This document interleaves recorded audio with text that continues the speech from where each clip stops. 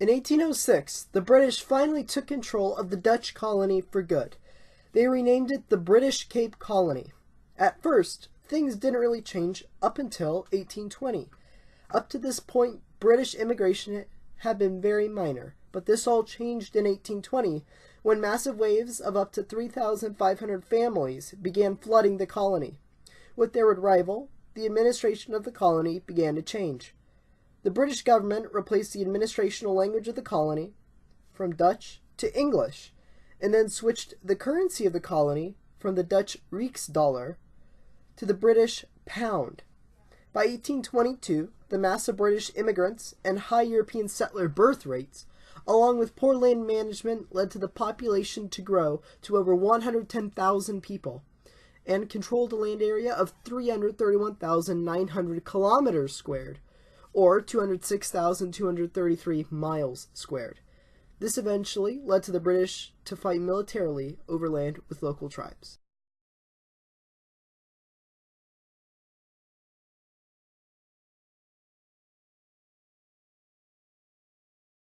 The frontier wars were a set of battles between the Anglo-Dutch settlers and the British military against the Xhosa indigenous tribes. These battles happened due to the settlers wanting the fertile land that the Xhosa controlled. This led to the battles of Gokwanakwembe and Ndlabambe and Grahamstown over the lands between the Great Kai River and the Great Fish River. This eventually led to the Xhosa tribes being removed from their lands and the settlers taking over.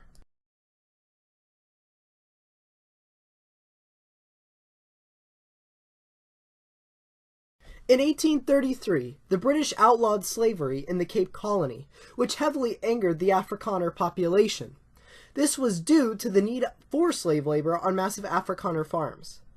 During this time, the economy of the colony was mostly made up of agriculture, with a little bit of manufacturing and shipping also thrown in. Much like how it was in the New World, families would control massive amounts of land and in turn would need slave labor to turn a profit.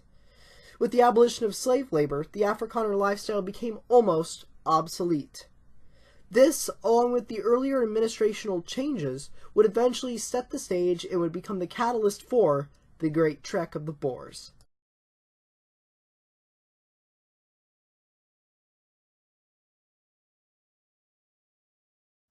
In 1838, the Great Trek began. The Great Trek was made by Dutch settlers called the Voortrekkers. The first group set out east due to the intense and desolate Kalahari Desert to the west and the mosquitoes that carried malaria to the north, along with the tsetse fly, which would kill livestock.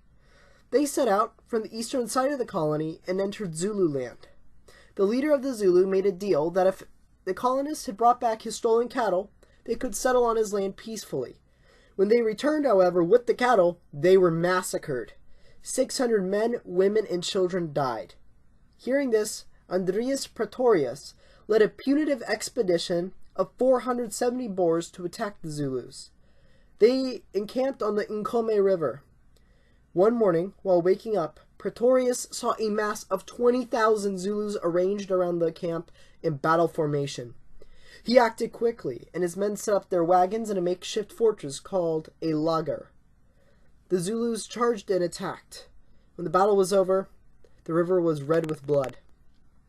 3,000 Zulus had died, and only 3 of the Boers were even wounded.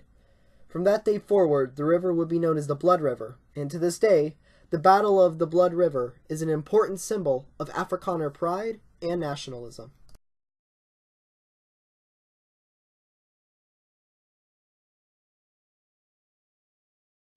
Following this very lopsided defeat, another group of settlers left from Grahamstown and settled outside of the colony and created the Republic of Natalia.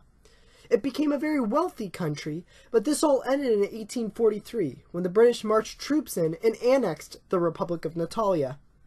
This led to the Boers again exodusing and crossing into the continent. They would create 2 more countries, the first along the Orange River and would be called the Orange Free State. The second would become known as the Transvaal and would settle around the Vaal River. In the next video, we will take a closer look at the Boer states in general.